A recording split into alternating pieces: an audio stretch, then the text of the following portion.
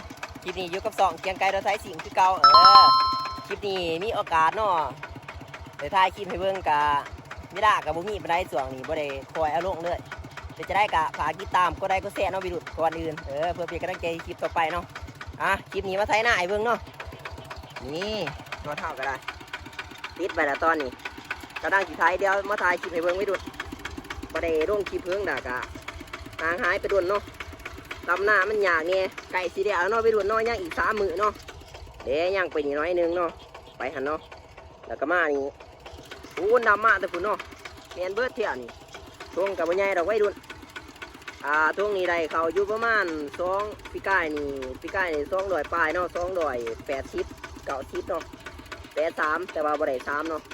ปีได้งามแห้งจะสิไหลเนาะไปเดี๋ยวตากกล้องให้เบิ่งเนาะสิไถหน้าให้เบิ่งไถประมาณ10 ไร่ได้ไปดุนตอนนี้เป็นไม่ได้จักมุ่งวะบ่จักเนาะเดี๋ยวไปเบิ่งกันมาสิเดียวจักมุ่งเนาะก็ยังเรียนเติบอยู่พุ่นเนาะไปจัดไปเดี๋ยวไปเบิ่งน้ำกัดไปดู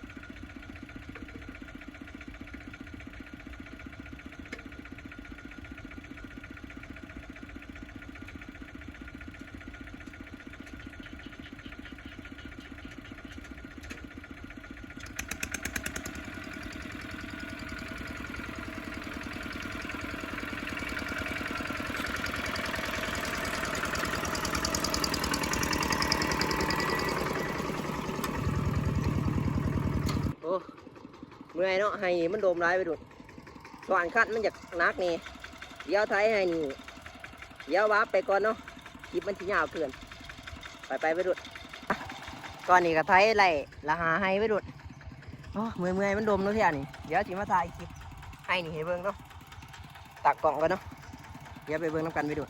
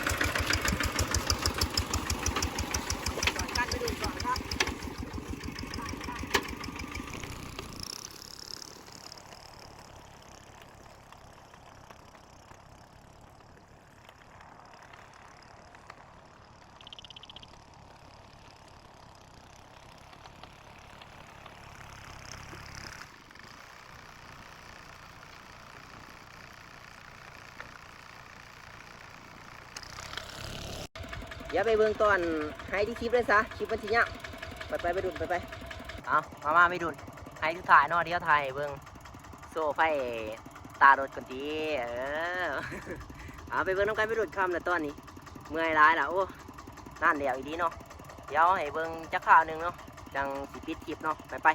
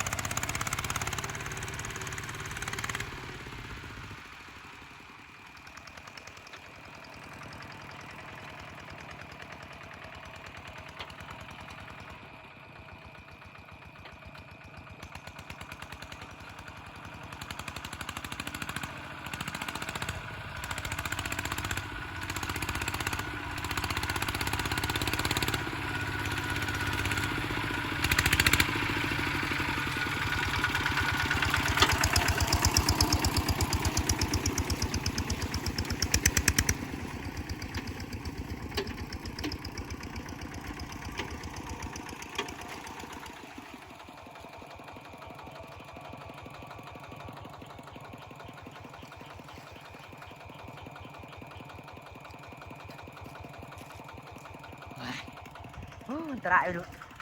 เมื่อยอ๋อฝนตกฝนตกล่ะปิดคลิปไปดูวันนี้เดี๋ยวล่ะย่างจะสอนขั้นเนาะสอนขั้นกระเดียวเนาะแห้งเกินกดเดือบพอท่านฮะไปดูปิดคลิปไปนี่เมื่อยร้ายล่ะ